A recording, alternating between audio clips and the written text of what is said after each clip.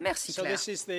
Donc, voici la dernière session. Et le défi qui est le mien, c'est de vous tenir tous en éveil jusqu'à la fin et que vous ne quittiez pas la salle avant la fin.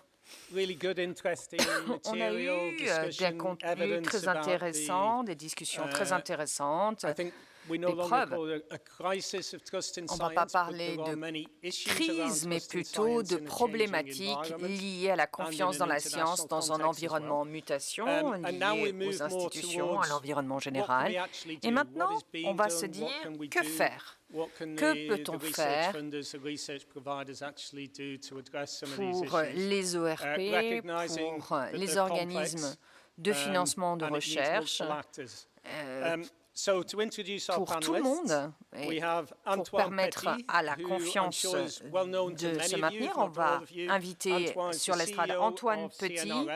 Antoine, c'est CEO. Donc Antoine Petit, tout le monde le connaît, c'est le président directeur général du CNRS, quand même.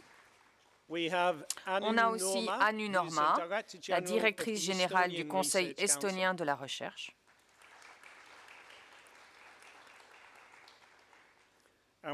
Et nous avons David Buds-Pedersen, qui est le professeur de communication scientifique à l'université d'Aalborg au Danemark. David a organisé une grande conférence la semaine dernière à Copenhague sur l'évaluation de la recherche. Je pense qu'il y a un lien entre les deux thématiques et je pense que ça ressortira. Et puis on a Karen Fabry, chef adjointe de l'unité sciences pour les politiques, le conseil et l'éthique à la Commission européenne. Et moi, je vais m'asseoir à gauche en tant que modérateur pour changer un peu l'ordre. On innove en fait un petit peu.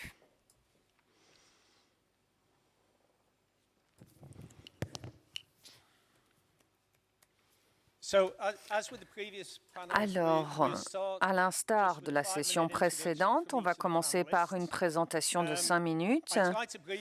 J'ai essayé de les briefer sur ce qu'ils devaient dire et ils m'ont dit, vous savez, laissez-nous faire, on veut être provocateurs.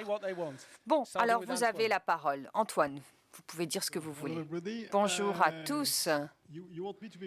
Vous voulez que je sois dans la provoque? Alors, pour être un peu provocateur, je ne pense pas qu'il y ait moins de confiance dans la science qu'auparavant.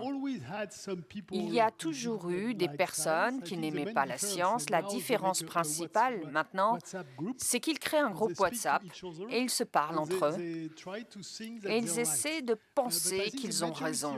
Mais la majorité des gens a confiance dans la science. Et notre rôle est de faire attention à ceux, surtout, qui ont confiance, et pas à ces 20% qui pensent que la science, c'est juste de la croyance théorique. Ce n'est pas si important. Bien sûr, c'est dommage que 20% de la population pense de cette manière. D'ailleurs, je ne sais pas le pourcentage, je ne sais pas s'il s'agit de 20 ou 16.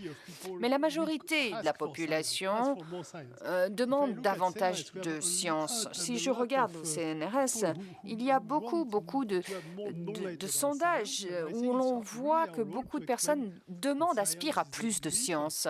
Ce n'est pas une simple croyance. Les approches scientifiques sont quelque chose qui sont très solides, perçues comme telles. Et il ne faudrait donc pas trop prêter attention à ces personnes qui n'y croient pas, mais plutôt se concentrer sur ceux qui ont compris que la science est quelque chose de sérieux et que sans la science, nous n'aurions pas d'avenir. Et d'accepter donc qu'il y ait une minorité de gens qui soient ainsi, même s'ils font beaucoup de bruit.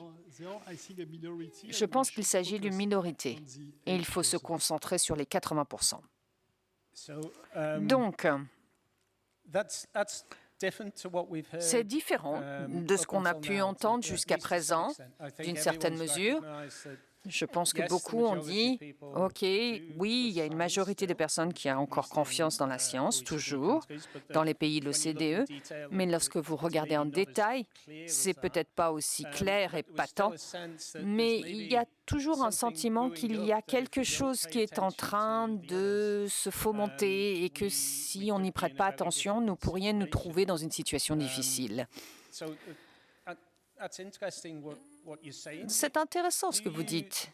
Est-ce que vous pensez que si nous nous adressons à cette majorité, on pourra au contraire élargir cette majorité, grignoter sur cette minorité, ou plutôt chacun vit en silo et on ne pourra rien y faire? Je crois en la démocratie, donc convaincre les autres. Bon,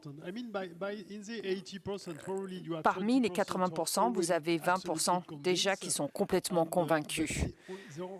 Mais il y a aussi une majorité qui ne sait pas trop, qui doit comprendre, qui demande de la connaissance, davantage d'informations scientifiques. Et je pense que c'est cette partie de la population sur laquelle nous devons nous concentrer pour conforter notre majorité et je l'espère que nous pourrons continuer de vivre en démocratie et que cela prédominera.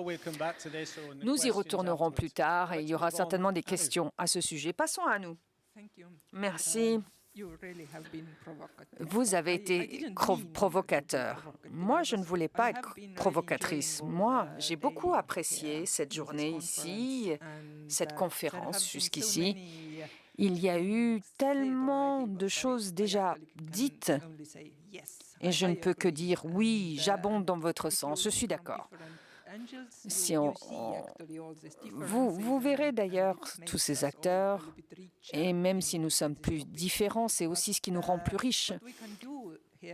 Ce que nous pouvons faire ici, à ce stade, et lors de cette table ronde, c'est que, en fait, le diable est toujours dans le détail. Et quand on approfondit, on voit ce qui a bien fonctionné ou ce qui n'a pas bien fonctionné, on voit les détails. Et ça a été déjà dit auparavant, il ne s'agit pas non plus que la confiance dans la science porte sur ce.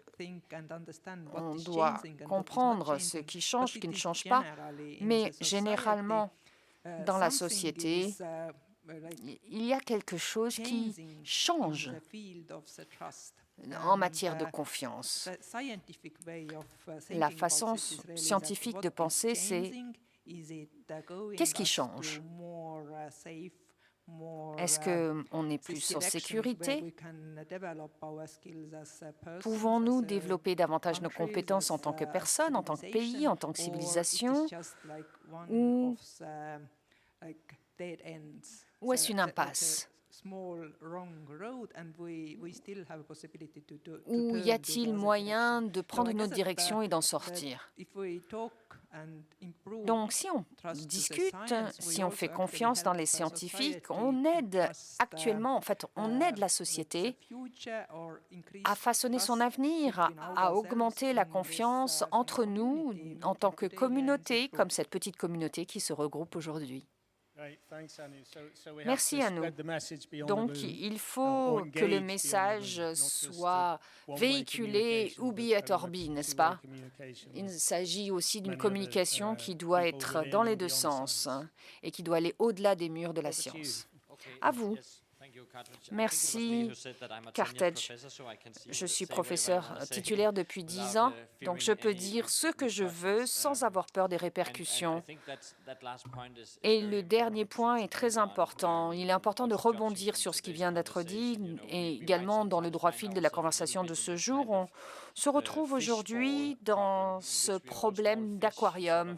On a l'impression d'être des petits poissons dans un petit aquarium et l'aquarium, en fait, est dans un verre qui déforme la réalité et notre perception de la réalité de l'extérieur est donc différent quand on parle de prendre à partie le public et de dialogue avec le public et de coproduction et de codécision et de co-création. Eh bien, il faut avant tout sortir et aller à la rencontre des gens là où ils sont. Je pense que la confiance n'est pas quelque chose qu'on peut tenir pour acquis. Il faut gagner la confiance, il faut élaborer des stratégies pour savoir comment gagner la confiance. Et je le sais, des études qui ont été menées, il y en a une notamment, un bon critère de prévisibilité de confiance, ce n'est pas seulement le parcours ou éducation, mais c'est ce qu'on a dit plus tôt. Ça a beaucoup à faire avec les valeurs. Les gens sont sous pression, ils essaient de comprendre leur environnement et c'est un fait un peu déprimant. Les gens qui appartiennent au groupe intérieur souvent ont tendance à faire confiance. Et puis, il faut chercher des gens qui partagent nos valeurs, qui partagent nos engagements. Et quand on trouve des groupes marginalisés qui ne partagent pas ces valeurs, alors ils se montrent plus méfiants, plus sceptiques. Et c'est là où le bât blesse. Il faut comprendre quelles sont les valeurs des autres, pas forcément rechercher uniquement un alignement des valeurs. Où est le problème? Le problème du point de vue des municipalités, comment les journalistes pensent, quel est le problème que les députés peuvent être amenés à résoudre. Il faut donc changer notre modèle de communication, être conduit par le besoin, l'incitation de communiquer, comprendre davantage ce que les gens voudraient. Pas qu'on leur dise, mais apprendre de la science plutôt. Quel est le problème qu'ils ont besoin de résoudre? Et à partir du moment où vous nouez une discussion en matière de résolution de problèmes avec des groupes de citoyens, avec des patients, avec des hôpitaux, avec des communes, avec des parlements, alors là, les gens commencent à vous écouter. Et ils commencent à vous prendre au sérieux parce que vous les prenez au sérieux. Donc, on peut avoir une longue conversation en matière d'incitation, de financement, de pratique et de communication en matière scientifique, mais il faut penser au modèle mental du citoyen et comprendre que nous sommes un petit peu emprisonnés avec nos œillères à nous. Donc, pour rebondir sur ce commentaire, je vais demander aux physiciens pratiques comment est-ce que je peux faire partie du groupe qui n'est pas marginalisé. Eh bien, les croyances des citoyens peuvent être aussi compliquées à comprendre que l'univers dans sa totalité. Donc, il faut y déployer de l'énergie et comprendre qu'est-ce que je veux accomplir avec ma recherche, quelle est la finalité, qu'est-ce que j'essaye d'accomplir. Déjà, il faut le formuler pour essayer d'élargir le champ des connaissances sur la réalité. Est-ce pour aider un groupe à résoudre leurs problèmes avec la technologie sur laquelle nous travaillons? Est-ce que ça peut être utile pour, je ne sais pas, combattre le changement climatique, la polarisation ou avoir une IA qui soit plus alignée aux valeurs humaines? Et il faut penser pas seulement du point de vue d'un collègue, mais plutôt aussi d'une personne qui pourrait être marginalisés dans la société, essayer de communiquer avec eux. Pour un physicien, on peut être complètement pris par le quotidien dans nos laboratoires. Il faut peut-être prendre 5 minutes, aller à une réunion publique de temps en temps et être à l'écoute. On aime bien s'écouter les uns les autres entre pairs, mais il faut aussi sortir de ces cloisons et écouter d'autres voix. Merci beaucoup. Callan. Merci. Merci, Carthage.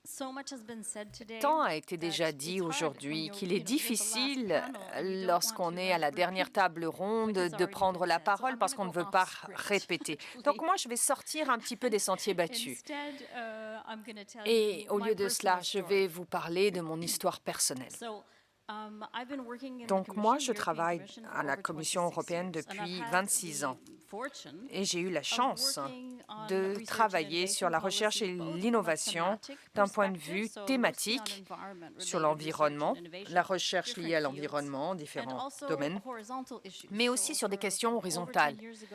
Il y a plus de 10 ans, je travaillais sur la recherche et l'innovation responsable, et notamment l'engagement public et la science. Et je dois dire dire que nous avons accompli des choses fantastiques dont je suis très fière et que je voudrais partager avec vous aujourd'hui. Ce que nous avons fait, c'est que nous avons réfléchi sur la manière dont une organisation comme la nôtre peut obtenir un retour d'information des citoyens pour construire et élaborer une politique en matière de recherche et d'innovation pour nous aider en matière de priorisation. Et nous avons créé quelque chose qui s'appelle Voices, les voix. Et nous avons, pendant un an, avec des citoyens, essayé de prendre à partie le public dans leur langue locale. C'était une initiative mue par le Musée de la Science et un musée d'Amsterdam. Et on a fait des focus group avec les différents pays de l'Union européenne. Et la contribution que nous avons reçue était en différentes langues. Et donc, le travail était gigantesque. Il a fallu traduire tout cela d'une manière qui puisse être compréhensible par tous. Et ça a, en effet, contribué à un financement, une mise à disposition de financement important, surtout sur les déchets urbains. Et on ne l'a pas fait simplement comme un projet, mais on a fait ce travail avec notre cabinet pour s'assurer que les résultats soient bien pris en compte dans notre processus de programmation. Donc, c'était un projet pionnier, si vous voulez. Et ça peut être une source d'inspiration pour la recherche. Pour les organisations de financement de recherche, ça peut être fait, c'est possible, c'est faisable. Vous pouvez le faire si nous avons pu le faire. Vous aussi, vous pouvez faire de même. Une autre activité à laquelle j'ai participé, c'était une stratégie de recherche et innovation sur les systèmes agroalimentaires viables et durables.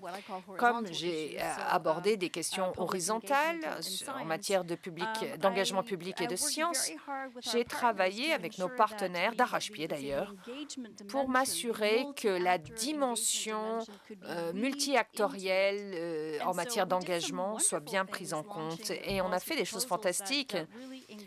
On a pris à partie plusieurs acteurs, des citoyens dans les villes, en Europe, en Afrique,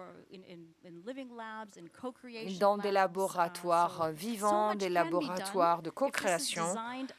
On peut faire beaucoup de choses si c'est bien créé en amont lors de votre appel à financement en amont. Et la réponse aux appels, pour la réponse, il faut avoir des capacités des acteurs qui doivent déployer des méthodologies solides pour être en mesure de mettre en œuvre ce travail. Donc, je voulais partager ces deux exemples. Si nous pouvons le faire au niveau européen, vous, au niveau national, vous pouvez tout à fait l'accomplir également. Ça, c'est optimiste, c'est un message optimiste. Eh bien, ayons maintenant un deuxième tour avec vous, Antoine. Les 70% du public que nous avons besoin de prendre à partie davantage et avec lesquels on doit communiquer. Vous êtes au CNRS, qui est un centre très important de recherche. Qu'est-ce que vous faites au CNRS? Que pouvez-vous faire? Quels sont les défis en matière de communication avec ces 70%? D'abord, il faut encourager les scientifiques à se trouver devant les médias, les citoyens, mais aussi il faut les aider. Parce que ce n'est pas une tâche aisée. En tant que scientifique, on parle avec ses collègues, on est tous des spécialistes de son propre domaine, et vous êtes à l'aise. Mais bon, s'il faut parler aux médias, c'est autre chose. Et les scientifiques nous demandent d'avoir élaboré un guide, le guide de l'expression publique. Au dos, vous avez un guide pour survivre dans le monde ô combien difficile des médias. Et on n'explique pas ce qu'ils ne devraient pas faire et essayer de leur donner des éléments de langage. Mais on dit plutôt ce que dit la loi et on essaie de leur prodiguer des conseils. En tant que scientifique, il faut faire très attention, notamment aux personnes à qui on parle, à qui on s'adresse. On adore les journalistes, on les connaît, mais souvent, la première question, on va vous poser une question facile, on va répondre en étant à l'aise, et puis la deuxième, c'est un peu plus loin, elle va un peu plus loin, et à la fin, on va répondre à des questions où vous n'êtes pas spécialisé. Et on les encourage à expliquer leur position face à à la réponse. Pour certains, ils représentent le CNRS. Ils peuvent être spécialistes d'un domaine ou ça peut être des kidam citoyens. Et donc, il est important qu'ils puissent comprendre en quelle qualité ils s'expriment à chaque fois face aux journalistes. Ce n'est pas une tâche aisée, à nouveau. Et un autre point sur lequel on travaille également régulièrement, c'est d'expliquer aux gens, pas ce qu'ils pensent, mais simplement que le but, c'est de diffuser de la connaissance. Et ce que David a dit au début était très intéressant. En tant que scientifique, bien sûr, on a des valeurs, mais il faut être au-dessus, en dessous, ou en tout cas en dehors des valeurs. Il faut être en mesure de parler à tous les citoyens et d'expliquer que la science a ses propres valeurs, bien sûr, mais si on amène les connaissances, ce n'est pas une question de valeur. Le changement climatique, ce n'est pas une question de valeur. La perte de la biodiversité n'est pas une question de valeur. C'est juste des données. Après, il y en a qui peuvent dire « je m'en moque ». Les décideurs politiques, ils disent « ok, ça existe, mais moi, je m'en moque ». Bon, moi, je ne suis pas d'accord, mais vous comprenez le point de vue. Le changement climatique peut être perçu comme une réalité inexistante. Et là, après, c'est compliqué pour les chercheurs, parce que quand ils sont face à des personnes qui sont injustes, c'est difficile de maintenir sa position de scientifique et d'expliquer votre position de scientifique et de ne pas expliquer votre ressenti en tant que citoyen. Et pour revenir à votre question, je pense que notre rôle en tant que scientifique, c'est justement au CNRS, c'est d'aider chacun des scientifiques bénévoles, mais aussi de les aider à produire de la connaissance, des guides, des sites Internet, des vidéos, pour produire de la connaissance adressée aux gens sur différents formats pour répondre à leurs questions et ne pas expliquer non plus ce qu'on voudrait qu'ils pensent. C'est très important. Il faut qu'ils comprennent et qu'il y ait des échanges. Nous, pour certains d'entre nous, sommes encore des professeurs et beaucoup sont autodidactes, peuvent engranger des connaissances seuls. Il est important que le dialogue soit ouvert. On insiste là-dessus. Il faut être en mesure de s'adapter en fonction de votre interlocuteur, s'il s'agit d'un décideur politique, d'un enfant, un citoyen lambda. Ce n'est pas facile pour un scientifique, je le répète, et il faut les accompagner dans cette tâche. Donc, juste pour élaborer sur cette question, vous dites que ce n'est pas facile, mais ça peut être aussi une tâche risquée, voire dangereuse pour certains scientifiques. On l'a vu quand on parle de scientifiques de changement climatique qui parlent face à un public dont la sécurité a été menacée. Est-ce un problème que vous rencontrez? Est-ce que vous faites quelque chose en la matière? C'est un problème. Certains de nos scientifiques ont été arrêtés, qui s'adressent aux médias, nécessitent un soutien juridique. Même ce matin, j'ai écrit une lettre parce que des politiciens locaux n'étaient pas d'accord avec notre étude sur les loups en France. Et ils ont dit, vous avez commis des erreurs, mais on ne fait pas d'erreurs. Eux, oui. Ils ne comprennent pas la différence entre une fraction et un pourcentage. Mais bon, ça n'arrive pas souvent, mais moi, j'écris des lettres pour dire « Excusez-moi, les gars, mais on a raison, on ne veut pas en discuter davantage et vous ne pouvez pas attaquer nos scientifiques comme vous le faites. » Et on apporte une aide juridique aux scientifiques. Parfois, on peut même poursuivre en justice les gens. Et c'est important de ne pas laisser nos scientifiques seuls, isolés. Et il faut s'appuyer sur les forces du CNRS pour les aider. Peut-être voulez-vous commenter là-dessus, David? Je voudrais mentionner qu'il y a un moment pour communiquer, mais il y a aussi un moment pour ne pas communiquer. Et quand vous êtes dans un environnement hostile, avec des discussions très polarisées, eh bien, vous avez un retour de bâton inévitable. Et il faut faire attention parce qu'il peut y avoir la nécessité d'avoir des preuves. Il faut faire un petit peu une cartographie mentale, savoir est-ce qu'il y a une réceptivité, est-ce qu'il y a une ouverture d'esprit, est-ce qu'on peut être sur un terrain d'entente qui soit propice à la discussion. Parce que si vous voulez simplement bombarder la population d'informations scientifiques, ça peut créer l'effet opposé que vous essayez d'obtenir.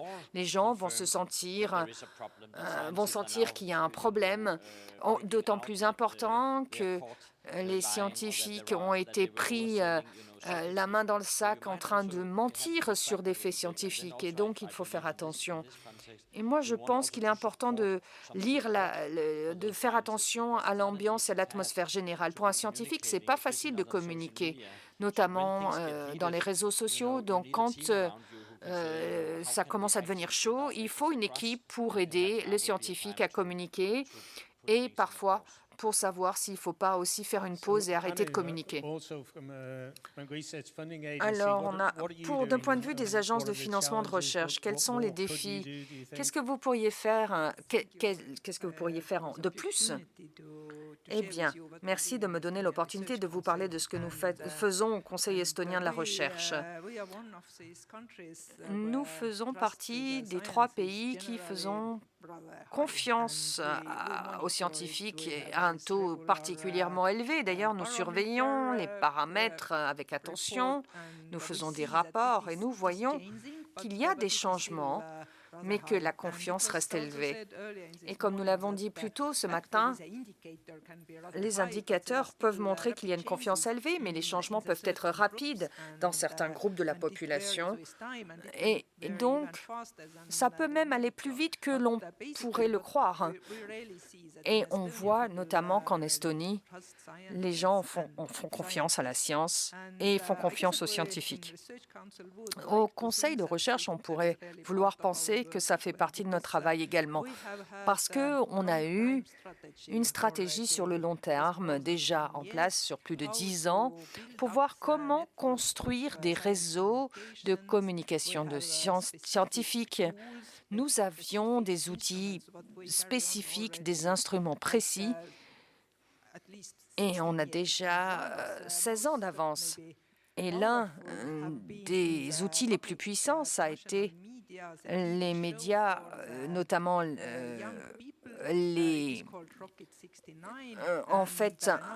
un programme télévisé qui s'appelle Rocket 69, adressé aux jeunes. Et on a ainsi des jeunes qui ont dit, en fait, il y a des jeunes qui ont grandi avec ce programme télévisé et qui ont vu ça toute leur jeunesse. Et c'était très populaire, notamment aussi parmi les plus vieux. Et donc, c'est transgénérationnel. Et toutes les générations ont pu regarder cette série télévisée, ce programme télévisé. Et vu la popularité de ce programme, on a des jeunes comme ça qui deviennent des stars parce qu'ils ont participé à ce programme. Et c'est très important pour nous. On a lancé un programme télévisé similaire pour un groupe d'âge plus jeune, et c'est sur une chaîne privée. Mais on a vu ça avec les médias, les réseaux sociaux. En fait, on essaye d'être novateur dans notre approche. Ça fait 6 ans maintenant qu'on fait cela. Et il y a des journalistes professionnels qui travaillent pour avoir des scientifiques ou des histoires scientifiques. Et nous, on le soutient avec du financement gouvernemental. Je pense que c'est important que le gouvernement soutienne la communication scientifique, parce que si on ne fait rien et on reste attentiste, alors il y aura toujours une tendance qui va se dessiner où les gens vont proférer des nouvelles négatives, plus de clics dans les mauvaises directions. Et le deuxième point que je voudrais dire, c'est que ce n'est pas une question aussi de résultats, mais aussi de processus. Il faut partager son expérience personnelle, c'est toujours important. On a essayé de promouvoir que il est important que les scientifiques parlent de processus. Quand on perd, quand on fait face à des échecs, quand on a des écueils, c'est la manière scientifique de procéder et c'est ça aussi qu'il faut promouvoir, pas seulement quand on a des découvertes et des résultats qui peuvent être utilisés par les entreprises, ce qui peut être breveté aussi.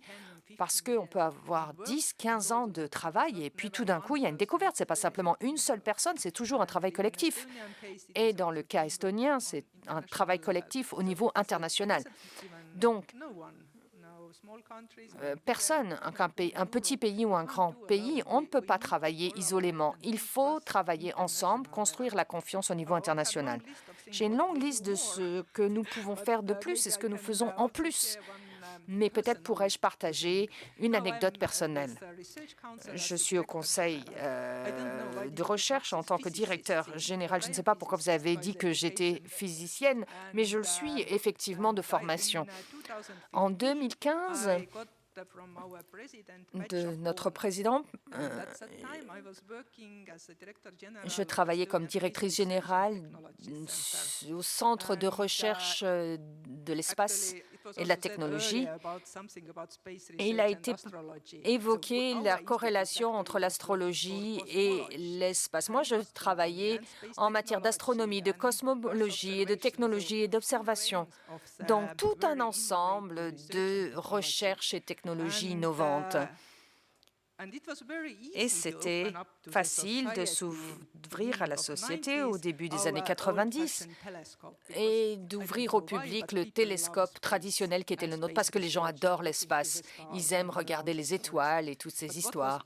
Mais ce qui était extrêmement difficile, parce qu'il y a eu l'effondrement du bloc soviétique, l'effondrement aussi de notre technologie spatiale. Il fallait lancer la recherche sur au niveau mondial. Il y a eu des percées. En 2015, l'Estonie a rejoint l'Agence spatiale européenne. Et c'était très important pour nous, pour l'Estonie, de faire partie de cette communauté en tant que membre plein et entier.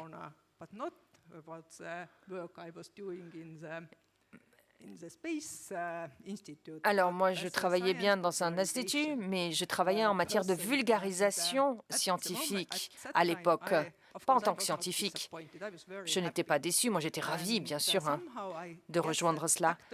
Et en fait, c'était presque la même chose, parce qu'on parlait avant tout au public, aux médias publics, aux ministres, et on disait à quel point c'était important et le gouvernement estonien devait absolument travailler dans le domaine de l'espace. Moi, je n'étais pas un journaliste, j'étais juste une chercheuse, mais il était important de savoir s'adresser au public, de parler afin d'inspirer, de motiver. Et c'est comme ça qu'on y arrive. On peut arriver à un résultat que si on y croit.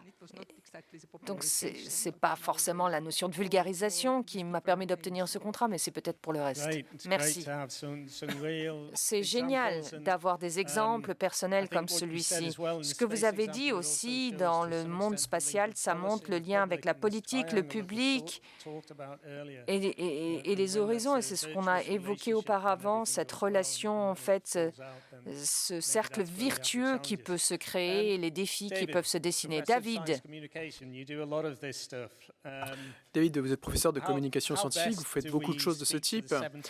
Quelle est la meilleure manière de s'adresser aux 70 %? Est-ce que c'est la seule chose qu'il faut faire, pardon? Oui, c'est une très bonne question, quoique difficile. Je crois que nos collègues de la psychologie sociale diront que sur les 70%, il y en a peut-être 5 à 8% de ces personnes qui sont hors de notre portée. Des gens qui ont des raisons profondes, qui estiment qu'il y a des raisons profondes pour lesquelles la société ne les a pas intégrées, pour lesquelles ces personnes sont marginalisées, pour lesquelles elles se sentent vulnérables face à toute forme de gouvernement ou d'expertise institutionnalisée. Par ailleurs, comme disent certains collègues, les psychologues sociaux, c'est qu'on ne devrait pas investir toutes nos ressources à convaincre ces 5% parce que ces personnes ne présentent pas de menaces crédibles. Il ne faut pas que ça nécessite trop d'efforts. Maintenant, pour ce qui est des personnes qui sont plus sceptiques, qui ne sont pas totalement anti-scientifiques, des gens qui ne sont pas donc des complotistes, eh bien, on peut faire un travail pour essayer de collaborer, de dialoguer avec ces personnes et surtout, c'est en leur donnant un rôle actif. Donc, mobiliser leurs propres actions, essayer de les impliquer non pas comme récipiendaires du savoir, mais plutôt comme producteurs, coproducteurs de savoir. Donc, des tables rondes de citoyens. Le fait d'avoir un rôle actif donne un peu plus de responsabilité lorsque l'on s'exprime. Ça engage à essayer d'apprendre. Donc, ce que peuvent faire les agences de financement des universités, c'est essayer de stimuler un petit peu plus la coproduction et essayer d'apprendre aux scientifiques comment susciter l'intérêt des citoyens. Ça peut être par des modérateurs au niveau municipal, régional, voire même de l'État. Mais pas forcément demander aux gens ce qu'ils pensent de la science, ça ne donnera qu'une seule réponse. Plutôt leur demander qu'est-ce que vous souhaiteriez voir changer par rapport aux priorités scientifiques. Mais peut-être également, donc, comme je le disais, donner un rôle actif aux personnes dans la production de savoir. Ça leur donnera une plus grande responsabilité, ça les donnera envie de davantage s'engager, ils auront l'impression que leur voix est entendue, et non pas que simplement on leur parle, qu'on leur parle d'en haut. C'est quelque chose de très humain, et je pense qu'on peut clairement travailler avec une certaine partie de ces 70%. Et maintenant, une petite anecdote rapide. Il y a 10 ans, j'ai organisé le forum ouvert Euroscience. Alors malheureusement, ça c'est terminé, mais en plus de la conférence, il y avait 3000 participants dans un site de ce type. Il y avait également des programmes où on rencontrait les membres publics, c'est ce qu'on appelait la ville européenne de la science. Et je me suis surpris en tant qu'organisateur à voir 35 000 personnes. Il y a 35 000 personnes qui sont venues au cours du week-end pour rencontrer les lauréats du prix Nobel, pour rencontrer Mary Quincy qui était commissaire européenne à la recherche, pour donc pouvoir exprimer leurs préoccupations, leurs rêves. Donc 35 000 personnes en un après-midi à Copenhague, je dois vous dire que ça témoigne vraiment du fait qu'on peut y arriver. C'était une belle époque. C'était un événement formidable. Alors, Karine, vous avez travaillé avec la Commission, vous nous avez fait part de votre expérience personnelle tout à l'heure, ça a été très intéressant. Quelle est la suite maintenant pour la Commission, pour ce qui est du soutien à cette espèce de ce travail avec le public pour l'impliquer? Eh bien, écoutez, ça s'imbrique parfaitement avec ce que vient de dire David. Alors, tout d'abord, notre programme de politique ERA, qui donc signifie Domaine de recherche européen, European Research Area, c'est notre politique pour structurer le paysage de l'innovation, de la recherche. Nous avons un certain nombre de ce qu'on appelle les actions ERA, qui sont pertinentes par rapport à la question de la confiance dans la science. Donc après, ça dépend comment on définit cette confiance dans la science. Mais je voudrais ici vous parler de peut-être 2 ou 3 actions.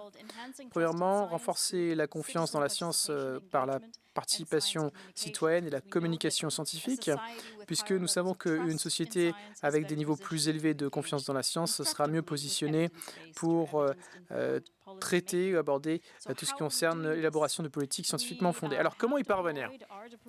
Nous avons déployé, nous sommes en train de déployer des exercices qu'on appelle d'apprentissage mutuel, notamment avec les États membres. Ce sont des initiatives relativement ambitieuses qui visent à fédérer, alors sur la base du volontariat, les acteurs du secteur public, je crois qu'on pourrait les appeler nos contreparties, pour dire nos homologues dans les pays membres, pour réfléchir, pour débattre, pour, par exemple, se faire un aperçu, un panorama des processus de participation du public pour discuter des défis. Il y a eu des visites pays, des débats thématiques, des échanges de bonnes pratiques.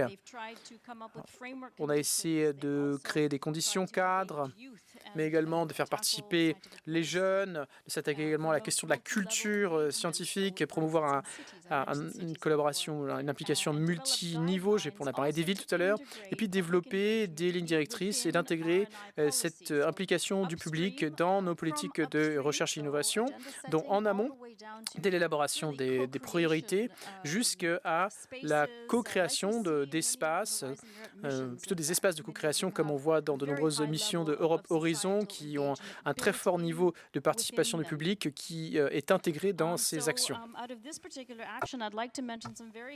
Alors, de ces actions particulières, plusieurs recommandations très concrètes ont été émises. Premièrement, par exemple, les gouvernements devraient développer des stratégies de participation du public. Les tables rondes ou panels citoyens devraient être intégrés dans l'élaboration des politiques, mais bien entendu, il faudrait que ce soit financé. Donc l'engagement, la participation du public devrait répondre aux défis sociétaux majeurs, le changement climatique, la transition numérique, la transition des systèmes alimentaires, pour trouver des solutions concrètes avec les parties prenantes. Les administrations publiques devraient définir les objectifs de cette participation du public, l'évaluation de l'impact et inclure la participation du public dans les différents processus d'évaluation de la recherche. Il faut également renforcer les capacités dans le cadre de programmes de tutorat nationaux. On pourrait également mettre en place des unités spécialisées pour la participation du public avec des orientations, de la formation. Les pourvoyeurs de fonds pourraient également fournir des moyens pour renforcer les compétences. On pourrait également envisager des référentiels des résultats de la participation du public, un suivi des résultats au niveau des bonnes pratiques. On pourrait mettre en place des points de contact nationaux pour la participation du public et développer un cadre communautaire commun pour l'évaluation de la participation du public. Je m'arrête là. Mais peut-être qu'on aura le temps pour... Je vous parle d'une autre action. Oui, c'est formidable. Beaucoup de suggestions de la part de la Commission européenne sur ce qui est possible. À nous, Antoine, on a beaucoup parlé de la communication scientifique et de ce que vous faites sur ce versant. Qu'en est-il de l'implication, de la participation des citoyens à la science? Donc, faire participer les citoyens à la définition de vos priorités, de vos programmes. Est-ce que vous faites déjà des choses? Est-ce que c'est en projet? À nous. Oui, tout à fait. Alors, je dirais qu'on a deux échelons différents. Le premier dont je peux vous parler, ce sont les prix, les remises de prix nationales avec notre ministère. Il y a 5 choses différentes, 5 secteurs de prix différents. 5 catégories. Alors, il y a un qui est sur la vulgarisation, la communication scientifique. Donc, il y a un prix. C'est un prix qui est décerné chaque année. Il y a différents niveaux. Par exemple, on va reconnaître l'œuvre de toute une vie, la contribution de toute une vie d'une personne, mais également différentes initiatives. Et puis, il y a également des financements de projets pour la vulgarisation. Il y a également des choses au niveau pédagogique. Par exemple, hier, nous avons participé à des célébrations lors d'une conférence concernant les études, donc les travaux d'étudiants de niveau baccalauréat, licence, master. Il y a eu plus de 100 prix qui ont été décernés aux étudiantes et étudiants dans tous les domaines, donc incluant les humanités, les sciences sociales, les sciences naturelles. Ma fille s'est vue décerner le premier prix dans l'une des catégories. Je suis très fier d'elle. Mais il y a également d'autres choses, des formations, également des conférences annuelles sur la communication scientifique. D'ailleurs, je crois qu'on vous a invité à participer. Et comme je vous le disais, nous avons cette stratégie de long terme qui inclut clairement le versant participation citoyenne. Et ce que nous voyons vraiment, c'est que les chercheurs font partie du réseau. Nous essayons d'encourager leur collaboration avec les populations locales. Il y a également plusieurs sociétés qui étudient différentes choses. Par exemple, le fait d'emmener les enfants sur le terrain pour aller mesurer des températures, dans des activités spécifiques. Mais il y a d'autres choses que nous faisons. Le travail consultatif, vous en avez parlé. Et en Estonie, nous avons vraiment créé un réseau de conseils dans le domaine de la recherche. Et nous avons lancé un programme il y a peut-être 10 ans, mais le Conseil national de la recherche sert maintenant de coordinateur. Il dispense des formations, mais il fait du réseautage national. Et dans chaque ministère, maintenant, nous avons une personne, un référent qui est conseiller ou conseillère scientifique, ce qui permet donc la création de ce réseau. Alors, ils ne développent pas seulement leur travail au niveau du ministère, mais ces personnes travaillent également de manière générale sur la coordination des stratégies, mais en fonction de leur domaine spécifique. Donc, c'est vraiment important pour continuer, ou plutôt de continuer à créer des réseaux au niveau des sujets, des matières, mais également aux différents échelons. Antoine, pour ce qui est de la participation citoyenne, donc la participation des citoyens à la science, est-ce que c'est quelque chose qui est en cours au niveau du CNRS? Est-ce que vous pensez que c'est quelque chose qui devrait se mettre en place? Qu'en est-il? Est-ce que je peux rester un petit peu dans la provocation? La science participative, c'est important, mais à mon sens, il faudrait vraiment se baser sur la co-construction, en ce que, bien entendu, les scientifiques doivent apporter quelque chose, mais les autres aussi. Ce n'est pas seulement une discussion entre les scientifiques et les citoyens. À mon sens, ce n'est pas de la science participative. Donc il est vraiment important de définir vraiment le sujet sur lequel les différentes populations vont amener leur propre savoir. Il y a la connaissance scientifique, mais il y a également la connaissance des peuples autochtones, par exemple. Ça, c'est très important si on veut construire cette expérience participative. Il ne faut pas utiliser les scientifiques simplement pour expliquer pourquoi la Terre est plate. Je rigole. Pour moi, c'est un point important. Autre chose par rapport à laquelle je ne suis pas forcément sceptique, mais pour lequel je pense que ça peut être limité, vous savez, comme c'est souvent le cas, on n'a que les convaincus. Pour moi, ce qui est vraiment important, c'est de réussir à atteindre toutes les autres personnes. Et par exemple, en France, ça fait maintenant 20 ans que chaque mois d'octobre, on organise la fête de la science. C'est extraordinaire. Moi, j'y vais avec mes enfants, maintenant mes petits-enfants, il y a les enseignants, les ingénieurs, les personnes titulaires de doctorat qui y vont, et on se dit tous que c'est formidable, mais à mon sens, on ne touche pas les bonnes personnes. Je pense que c'est vraiment quelque chose sur lequel il faut travailler. Alors, bien entendu, ce n'est pas simple, parce qu'il faut vraiment attirer ces personnes qui très souvent n'osent pas franchir le pas. Elles n'osent pas nous poser des questions et parler à des scientifiques, notamment au CNRS, le CNRS qui a l'image de scientifiques de haut vol. Donc pour moi, c'est vraiment quelque chose sur lequel on devrait mettre l'accent afin de toucher les personnes que l'on n'arrive généralement pas à atteindre. Alors tout ce travail participatif, bien entendu, c'est très bien, il faut le faire, il faut l'encourager, mais ce n'est pas suffisant à mon sens. Oui, effectivement, c'est important, mais pas suffisant. David, que pensez-vous de ce que vous avez entendu, de manière plus générale sur la participation et les défis et éventuels avantages? J'aime beaucoup cette idée qu'a évoquée Antoine, à savoir que tout le monde doit apporter quelque chose pour la fête. Il faut également apporter des ressources en tant que citoyenne, citoyen, mais ça peut être également le cas pour de nombreuses autres institutions.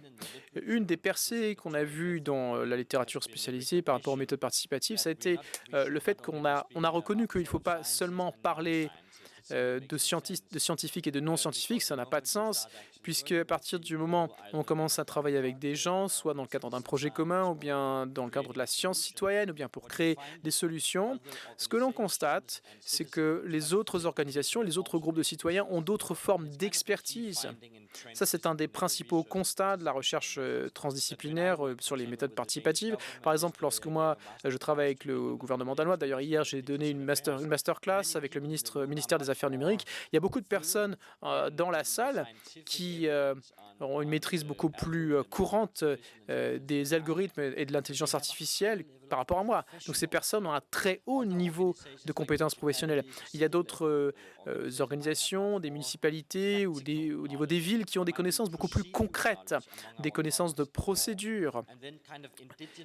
Et puis ensuite, il y a la connaissance autochtone des populations locales, donc des formes de connaissances qui sont peut-être moins organisées, mais c'est également important. Et ce qui est bon, c'est quand on les rassemble et qu'on essaie d'explorer des solutions. Comment peut-on créer des solutions ensemble? Comment on se rend compte que finalement, la voix du scientifique n'est pas la seule voix qui compte. Il y a d'autres voix qui comptent, qui ont une légitimité. Et ce n'est pas tant une question d'autorité, la question est de référence. La question est de savoir comment on peut trouver une solution ensemble à un problème. Donc moi, c'est ce que j'appelle l'espace de problèmes conjoints, ce qui fait que on essaie de diffuser la science, on communique sur la science pour essayer de résoudre des problèmes pour les gens, des problèmes qui peuvent être légèrement différents de ce qu'on examine en laboratoire. Je pense que c'est là qu'il faut essayer de tirer profit de la confiance. Karen, est-ce que vous souhaitez rebondir là-dessus? Vous nous avez déjà parlé des espaces de problèmes conjoints, des espaces ou des lieux, des espaces. À vous, Karen. Nous avons beaucoup parlé de la participation des citoyennes et citoyennes dans la science ou à la science, mais il y a un autre acteur très important au milieu, ce sont les décideurs. Et moi, j'ai l'impression qu'on n'a pas suffisamment parlé d'eux aujourd'hui. La confiance dans la science, c'est avant tout créer la confiance entre la science et les élus, les décideurs, pas seulement entre les scientifiques et les citoyens et citoyennes. Donc, comment créer cette confiance dans nos activités? Alors, il y a un autre domaine d'action, des actions qui sont en cours. La science pour les politiques, créer et renforcer des capacités pour les États membres au niveau des différents ministères, ministère de la Recherche et de l'Innovation, parce que la confiance dans les institutions démocratiques et l'élaboration des politiques scientifiquement fondées nécessite un conseil scientifique bien formé ainsi que des écosystèmes scientifiquement fondés. Donc nous avons un exercice d'apprentissage mutuel avec les États membres, c'est ce que nous avons organisé l'année dernière. Il me semble qu'il y avait 14 États membres qui ont participé. Ils se sont rencontrés un certain nombre de fois. Il y a des experts qui ont participé. Il y a un certain nombre de rapports qui sont tous disponibles. Nous sommes en train de capitaliser là-dessus aujourd'hui dans ce domaine d'action et nous avons lancé un appel à propositions pour des actions de coordination et de soutien qui nous aideront à mettre en œuvre certaines des conclusions de ce processus. Il y a une chose que nous faisons, c'est que nous mettons en place un réseau de correspondants sur les politiques scientifiques, ou plutôt la science pour la politique, avec nos différents homologues, les différentes parties prenantes. Nous espérons que ces actions de coordination et d'accompagnement permettront de renforcer plus avant et de mettre en place une communauté de pratiques sur la science pour la politique et que cela permettra de constituer un observatoire des bonnes pratiques. Et tout cela est très important. Il faut veiller à ce que la science que nous créons contribue d'une manière ou d'une autre à de bonnes politiques qui à de bonnes décisions qui ensuite jouent un rôle par rapport aux besoins et aux attentes de la société. C'est pour cela que je voulais parler du travail que nous faisons. Et dans le contexte de la science pour la politique, bon, je vous ai dit ce que nous faisons. Je ne sais pas si je vous ai parlé du mécanisme du Conseil pour la science, donc le SAM, le Scientific Advice Mechanism, le mécanisme du Conseil pour la science. Alors, la Commission a nommé 7 scientifiques éminents qui sont donc nos conseillers scientifiques en chef. C'est un groupe. Nous avons donc créé, grâce à un consortium de réseaux universitaires, d'académies scientifiques, avec notre propre secrétariat au sein de la Commission européenne. Et donc, nous travaillons sur des problématiques qui ont vraiment un aspect pertinent par rapport à la société.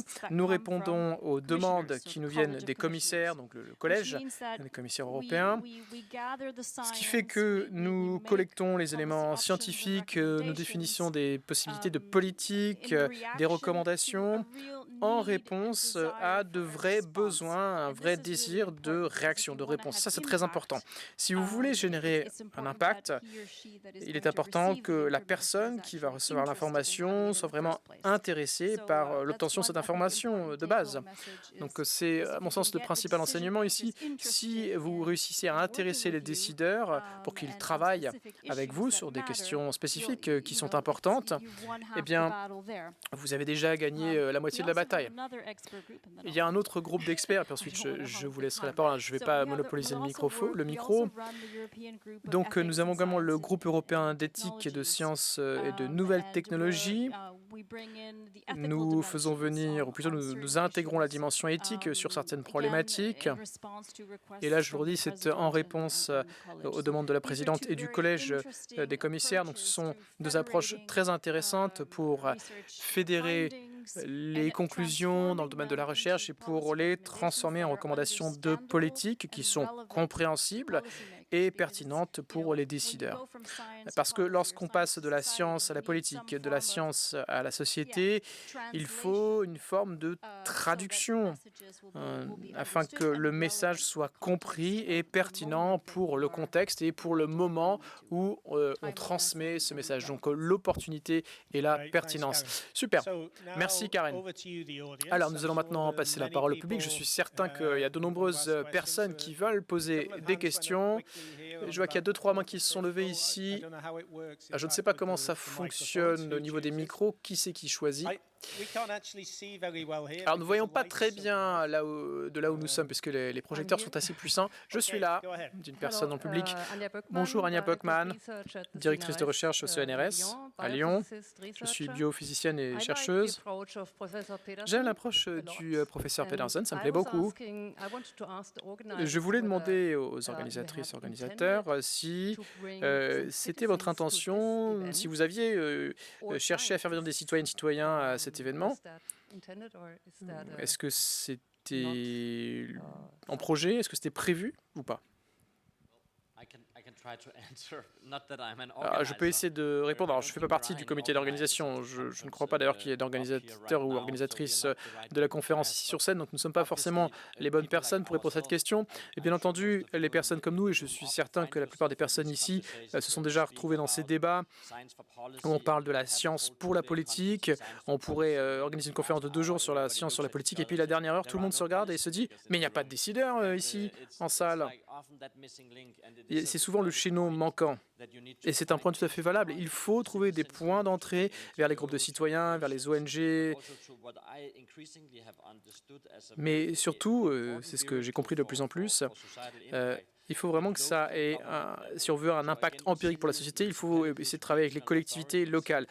Donc les communes, les collectivités locales, comme je disais, peuvent jouer un rôle très important. Et donc j'encourage les séminaires et les conférences à venir à essayer de contacter certaines de ces institutions qui ont beaucoup à dire et qui sont certainement de très bons intermédiaires et de vrais avocats qui peuvent faire un vrai travail de plaidoyer sur la science au niveau local.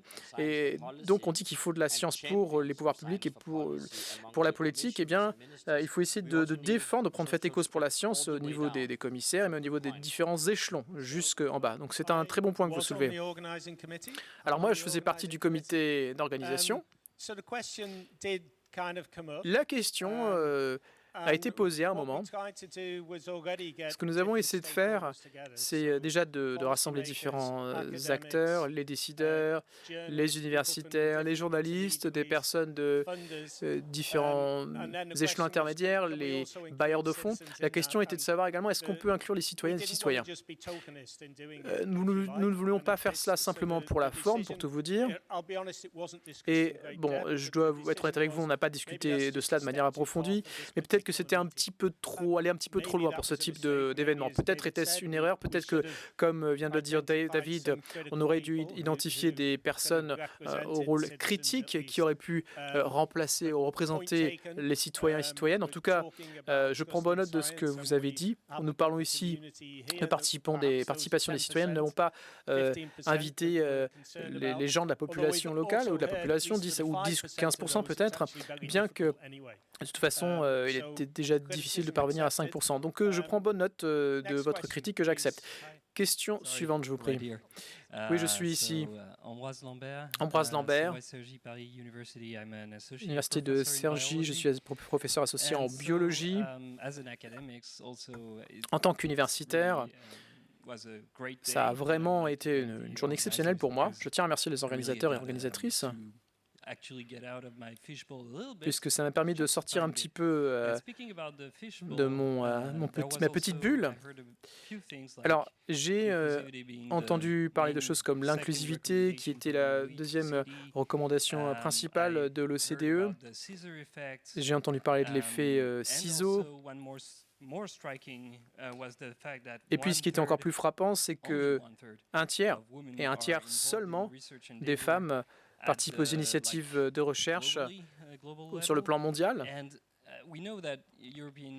Et nous savons que l'Union européenne essaie de faire beaucoup pour garantir des conditions d'équité.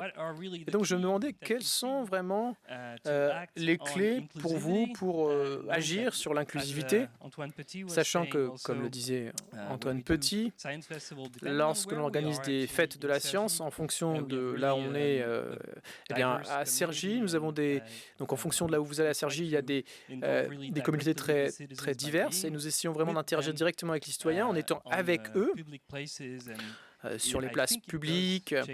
Et je pense que ça change un peu les choses. Et ma question est, que peut-on faire d'autre? Que recommanderiez-vous, notamment si on voulait susciter l'intérêt des personnes, collaborer, parce que d'ailleurs ça va dans les deux sens, comme nous l'avons déjà entendu aujourd'hui. Alors, l'inclusivité. Qui souhaite intervenir sur cette question? Alors, bien entendu, c'est à différents échelons. Il s'agit de faire participer les personnes, les citoyens, et peut-être également d'avoir différents types de communautés ou d'autres types de communautés scientifiques qui peuvent être plus inclusives. Est-ce que quelqu'un souhaite intervenir? Peut-être, c'est peut-être pas la bonne réponse, mais moi j'aime l'idée qui a déjà été évoquée ce matin. Les hommes et les femmes politiques sont aussi des citoyens, les chercheurs sont aussi des citoyens. Et si on pense sous ce prisme-là, on voit qu'en fait, on peut aller au-delà de la casquette de chacun, qu'on soit agence ou professeur. Et honnêtement, je pense qu'on a parlé aujourd'hui, on a très peu parlé d'éducation. Et la communication scientifique ne s'arrête pas à la radio, aux chercheurs, aux décideurs politiques, mais il faut commencer au plus jeune âge, à l'éducation, à l'école. C'est un processus qui doit s'inscrire sur la durée et qui est bien plus développé dans cette zone plutôt qu'il y a 20 ans peut-être, ou 10 ans. Donc il y a un plus haut niveau de reconnaissance de ce qu'une personne peut faire, de ce qu'ils veulent faire. S'ils veulent rien faire, ils peuvent l'exprimer aussi. L'éducation est primordiale. Et la deuxième question que je voudrais aborder avec vous, surtout pour cette conférence, c'est que les chercheurs ont une mobilité. En Estonie, on voit qu'il y a des attentes vis-à-vis des chercheurs qui augmentent. Ça ne suffit pas qu'ils soient spécialisés dans leur domaine d'expertise. On s'attend d'eux qu'ils puissent communiquer avec tout un ensemble de publics, qu'ils puissent prodiguer des conseils aux décideurs politiques et en même temps, ils doivent communiquer sur leurs recherches à l'échelle mondiale. Donc, tout cela, c'est lié au parcours du scientifique d'aujourd'hui. Nous sommes une agence de recherche, nous promouvons ces différents parcours, mais pour les universités, les instituts de recherche, ils sont plus lents. Et les chercheurs se disent aussi d'eux-mêmes, ils comptent sur les index et ils veulent voir où ils se situent dans cette concurrence mondiale qui est livrée. Et donc, c'est une attente de plus qui pèse sur leur épaule. Il faut qu'ils communiquent. Il faut qu'ils travaillent à l'échelle mondiale, qu'ils incluent tout le monde dans leurs recherches. Mais à la base, il faut aussi que la recherche soit excellente. C'est ce qu'il faut qu'ils fassent. Mais ils doivent travailler en gardant à l'esprit qu'ils travaillent à l'échelle mondiale. Et il faut qu'ils croient en eux-mêmes d'abord. Je pense que ça, c'est important dans la communauté des bailleurs de fonds. Il faut reconnaître cela. Merci. Antoine et David, je pense que vous vouliez aussi contribuer à la discussion. Un commentaire bref. On a parlé de communication scientifique en longueur, mais il faudrait aussi se poser la question, pourquoi faisons-nous de la communication scientifique? Pour qui? Est-ce qu'on le fait pour nous? Et parfois, la réponse est oui. Claire le sait parfaitement d'ailleurs. On parle de budget actuellement et on communique pour nous, pour notre budget. On ne communique pas pour les décideurs politiques. On veut les convaincre qu'ils doivent nous donner plus d'argent. Et à d'autres périodes, on peut faire de la communication adressée au grand public. Il faut prendre cela en compte pour, pour savoir comment bien concentrer notre communication et faire attention aux éléments de langage qu'on utilise. Se poser d'abord la question, pourquoi? En France, souvent, ça porte à confusion. On va dire, bon, on va communiquer, d'accord, mais pourquoi? Pour qui? Et je pense que ça, il faut le prendre en compte. Ça, c'est une belle contribution de Beau-Parleur, n'est-ce pas? Un petit commentaire sur la question de la publicité. C'est crucial également dans notre conversation. La diversité peut être aussi un moteur de confiance ou de méfiance. Il est vrai qu'on a tendance à faire confiance aux gens qui nous rappellent de nous-mêmes, qui nous rappellent nous-mêmes. Et il y a des gens qui ne sont pas représentés dans la communauté scientifique, par définition, vont se sentir du coup méfiants. Et il y a une étude qui a été effectuée le même jour que celle qui a été publiée dans Nature Human Behavior, qui dit que parmi les citoyens qui ne sont pas très confiants, il s'agit en fait de personnes qui appartiennent à des minorités. Et la raison pour laquelle les minorités ont tendance à être plus méfiants, c'est parce qu'ils ne s'identifient pas, ils ne se sentent pas représentés par la communauté scientifique. Il n'y a rien qui leur ressemble, il n'y a personne qui leur ressemble, personne qui ne se comporte comme eux ou qui a pu suivre le même parcours de carrière. Donc, il est important aussi de savoir trouver un bon visage pour la science, pour la communauté scientifique, pour les carrières. Je pense que c'est très important si on veut insuffler la confiance.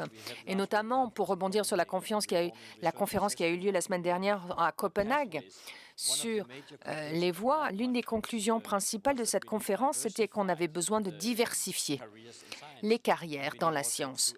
Et il faut reconnaître et récompenser des contributions diversifiées.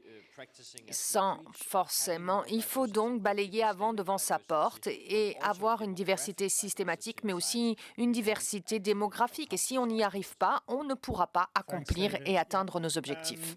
Y a-t-il d'autres questions? Oui. Alors, je viens de Variety Project. Hier, on a déjà entendu parler de la manière dont la science est enchevêtrée avec la politique. On a parlé de la politique des États-Unis et de la liberté des scientifiques. On a aussi entendu parler de l'Europe et de l'omnibus qui veut réglementer la politique, notamment pour les grandes sociétés technologiques. Et je vous remercie d'avoir partagé votre expérience fantastique, notamment, et les exemples que vous avez donnés étaient éloquents. Moi, j'ai une question. Comment résister, comment survivre à cette tempête politique mondiale, mais aussi comment continuer à travailler pour promouvoir la confiance dans la science et à promouvoir notamment l'innovation technologique? C'est une question simple. Y a-t-il des bénévoles? Bon, moi, je vais vous dire comment moi, personnellement, j'ai survécu. Je construis des yourtes dans des zones de sylviculture. Comme ça me permet de faire un break, de me couper un petit peu de ma vie au quotidien et de faire de la permaculture. Comment survivre? Eh bien, il faut continuer parce qu'on sait que c'est ce qu'il faut faire. Et il faut se battre, coûte que coûte. Et on a besoin de tout le monde à bord. Il ne faut pas se décourager, il faut continuer. Et voilà. Et continuer de le faire mieux, de façon plus travailler davantage d'arrache-pied encore. Moi, je peux vous parler de ma propre carrière et tout ce que j'ai pu faire, c'est toujours à l'échelle internationale et c'est important de travailler au Canada, aux États-Unis, au Japon, à différents endroits d'Europe. Mais l'Europe, quand ils ne veulent pas jouer, je pense qu'on a une alternative importante à ce consensus mondial et la collaboration mondiale, qu'on l'aime ou pas. Il s'agit de reconnaître que nous sommes sous pression et c'est la collaboration locale. Il y a tellement de voies inexplorées que l'on peut exploiter au niveau local. Au niveau de la commune, Berlin, Paris, Stockholm, Bologne. Il y a tellement de personnes qui sont intéressées par la science. Et également au niveau des gouvernements locaux, on peut aussi élaborer des stratégies politiques, scientifiques au niveau local. Et notamment, on peut voir ça avec des réseaux internationaux. Donc, si le mondial ne fonctionne pas pendant un certain moment parce qu'il y a un problème de polarisation, il faut trouver d'autres communautés qui sont peut-être plus à l'écoute et qui sont plus désireuses de mettre la main à la pâte. Il faut aussi faire attention à ce qu'on dit par le terme mondial. Pour un exemple concret, on a arrêté toute relation officielle avec les institutions russes, mais on essaie de garder les relations individuelles avec les scientifiques qui sont toujours en Russie. Et j'imagine que ce sera la même chose, mais pas exactement, mais on essaye de faire la même chose avec les États-Unis. Bon, le problème n'est pas le même. Mais bon, même si les relations officielles mondiales sont compliquées, ce qu'on essaye de faire, c'est de garder des relations individuelles, personnelles. Est-ce que vous voulez formuler un commentaire? L'Estonie est dotée d'un conseil. Est-ce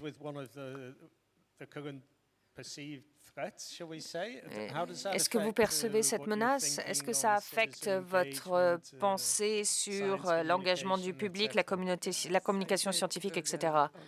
Je l'ai déjà dit auparavant à des collègues. Je n'ai que 3 mois de mandat, donc je peux être politiquement incorrect si je veux. Mais quand on regarde en arrière, on regarde l'histoire, l'humanité a enduré des périodes bien plus difficiles. On n'est pas dans la pire des situations actuellement. Et puis, il y a des choses qu'on peut faire, construire la confiance, étape après étape, pas à pas. Et même si on n'augmente pas de manière exponentielle, peut-être si on peut être dans une situation de plateau stable, le but, c'est de ne pas perdre ce qui a été accompli, de ne pas perdre espoir. de ne pas perdre confiance en nous-mêmes. On peut toujours faire mieux. Et on a tous la possibilité de faire un petit peu mieux chaque jour. Et c'est ce qu'on fait aujourd'hui. On se rencontre en présentiel.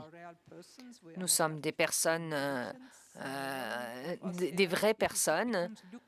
Et ça devient un luxe, en fait, de se rencontrer en présentiel, de ne pas se rencontrer en vidéoconférence pendant une journée entière. Demain, on peut y réfléchir à nouveau. On aura quelqu'un de plus dans notre réseau et une personne en qui on peut avoir confiance, notamment sur cette question spécifique, et pas à pas. C'est comme ça qu'on survit et c'est comme ça qu'on s'améliore, selon moi. Y a-t-il d'autres questions? Oui, au milieu. Merci. Je m'appelle Dem Rare. Je viens de Finlande.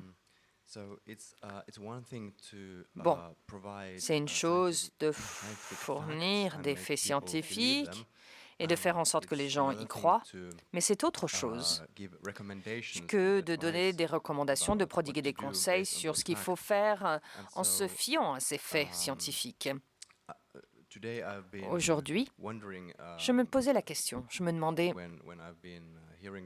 quand j'écoutais les discussions, quand nous parlions de confiance dans la science, on parle surtout, en fait, de savoir si les gens font confiance aux faits dont les scientifiques parlent pour savoir s'ils sont vrais, ou est-ce qu'on parle de la confiance dans les conseils prodigués par les scientifiques sur la foi de ces effets? Est-ce qu'ils sont fiables?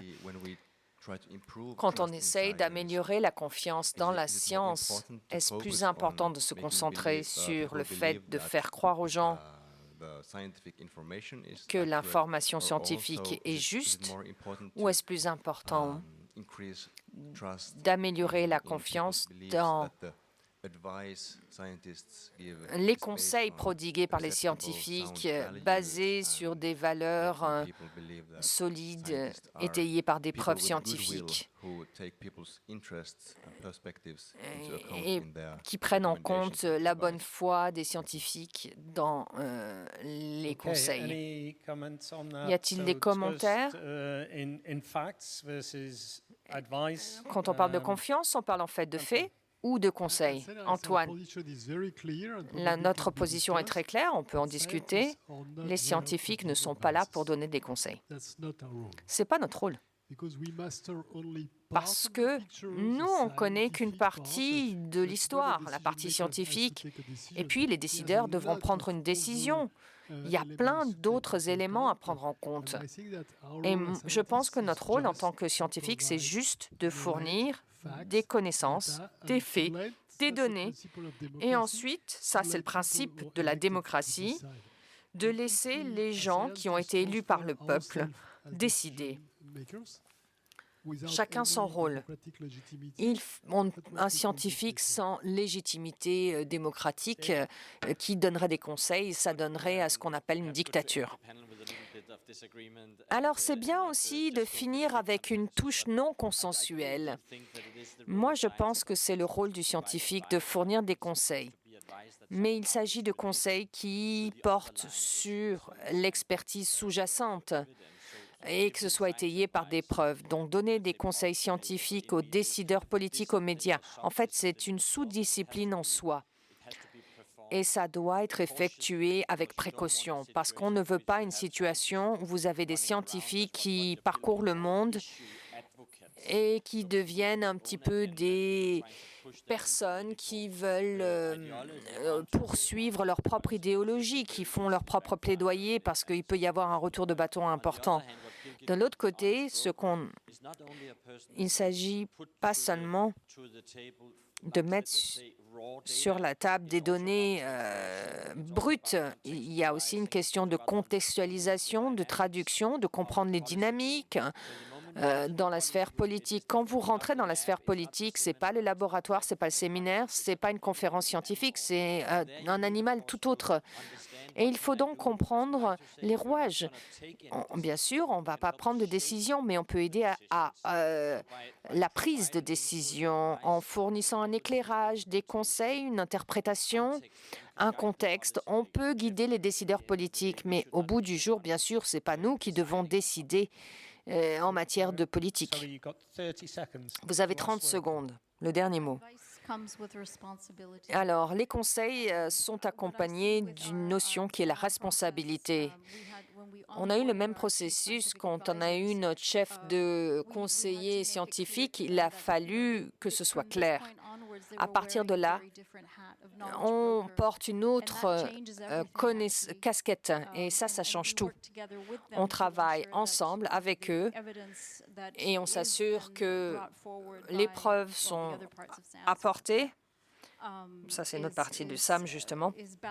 Il faut un équilibre, une pondération avec le paysage politique pour s'assurer que les résultats soient réellement pertinents par rapport à la prise de décision, à l'environnement de prise de décision politique. Donc, finalement, je pense qu'il y avait quand même un consensus. Je ne pense pas qu'il y avait tant de divergences. Malheureusement, on finit sur un consensus. Merci à tous les intervenants.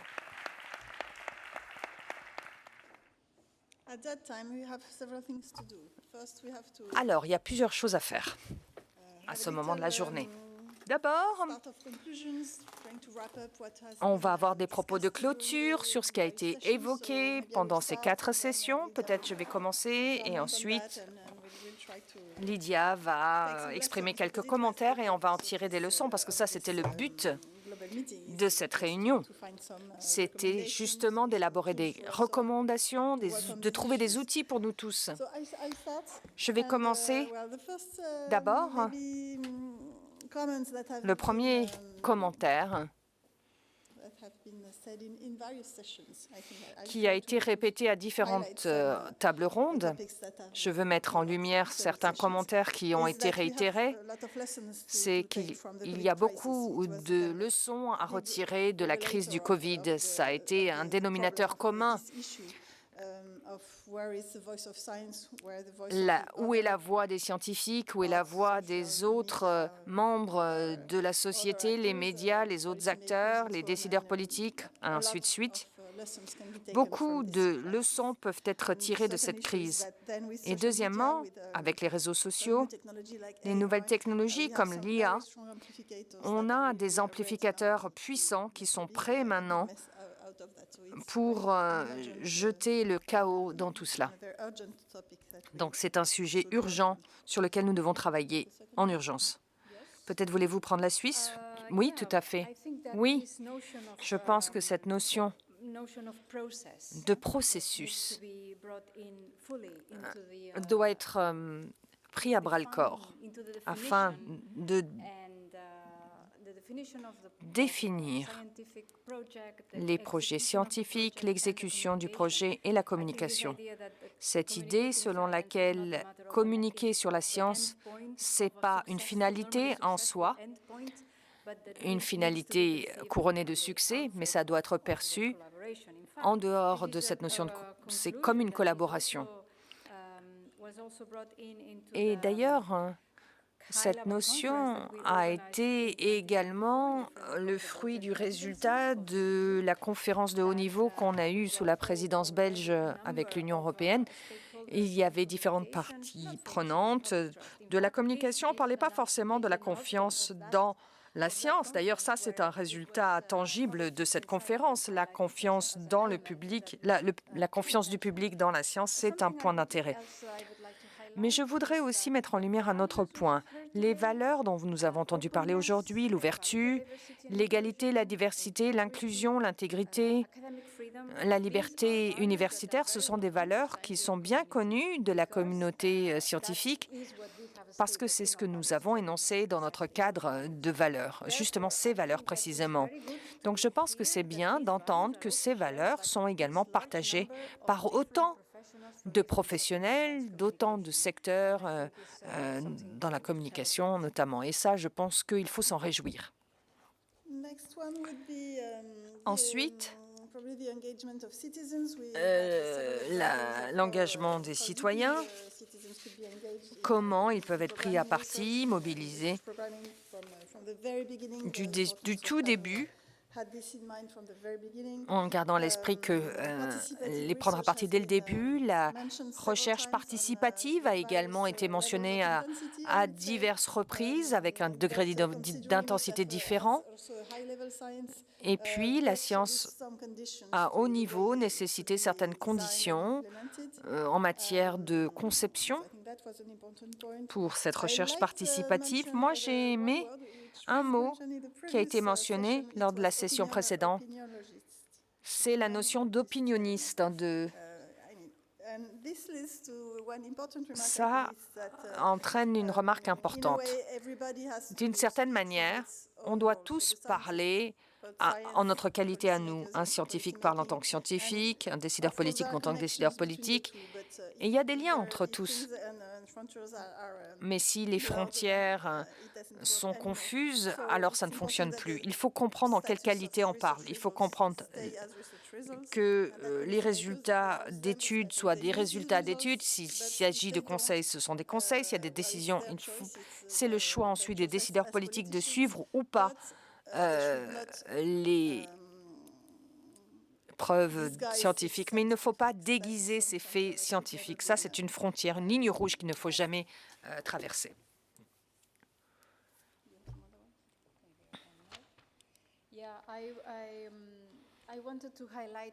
Moi, ce que je voulais mettre en lumière, c'est que toute la journée, grâce à l'intervention de nombreux professionnels, nous avons vu la complexité de la manière d'aborder la science.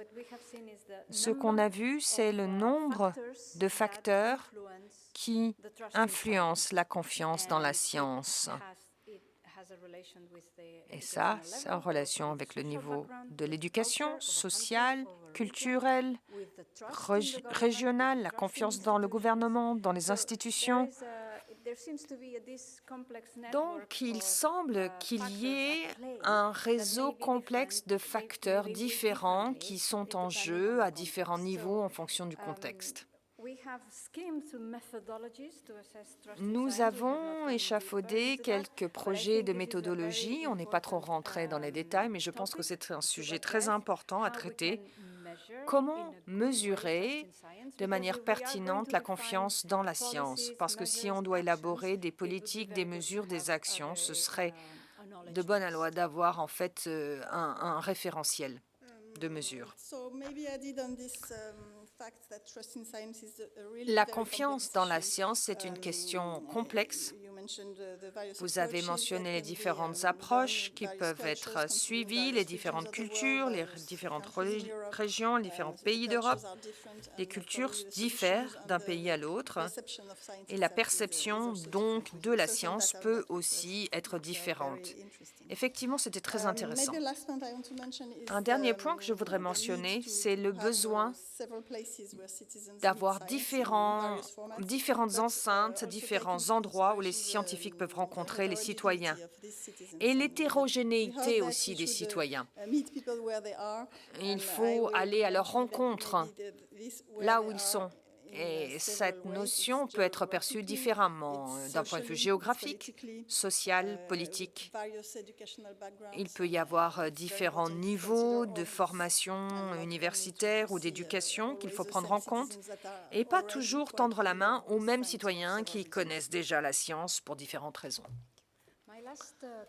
Mon dernier commentaire et peut-être pour les solutions que nous avons entendues, les solutions politiques, les suggestions que nous allons tous recueillir dans un rapport pour être le fruit et le résultat de cette réunion. Mais depuis le début, et Kai notamment a mentionné les solutions qu'il avait proposées à mettre en œuvre aux États-Unis et les solutions qu'on a entendu parler des journalistes scientifiques, des chercheurs et des institutions en indiquant comment ils ont pu prendre à partie les citoyens. On a une liste assez intéressante de solutions pour finir sur une note positive. Même si le problème est complexe, je pense qu'on peut y parvenir. Et votre présence aujourd'hui est rassurante parce que ça montre que c'est une communauté qui est bienveillante et qu'il convient encore d'alimenter, de chouchouter pour l'avenir. Donc, je voudrais remercier tout le monde, vous tous, pour votre assistance ici et en ligne, nos partenaires également. 2 médias ont été nos partenaires pour cet événement, l'Express et Conversation. Et il s'agit de 2 médias qui vous voient la science d'un bon œil. Et puis, je voudrais remercier le comité d'organisation pour la modération. Et je voudrais remercier les intervenants. Je pense que vous vouliez donner une liste.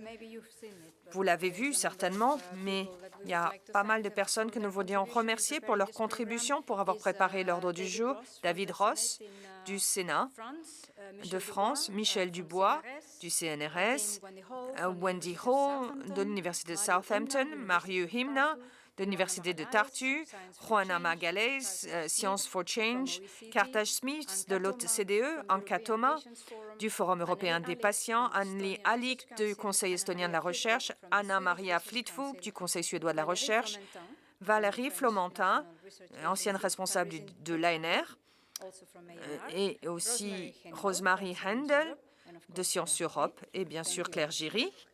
Merci. Merci à vous. Merci à eux tous.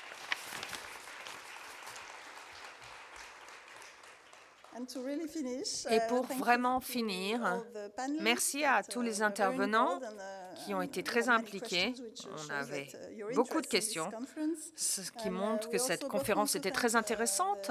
On voulait remercier l'équipe de l'ANR, de tous ceux qui ont participé à l'organisation des séances, des tables rondes. Ils ont fait preuve de beaucoup de dévouement. Et je pense qu'ils doivent être plutôt contents du résultat parce que ça s'est très bien passé. Merci à vous tous.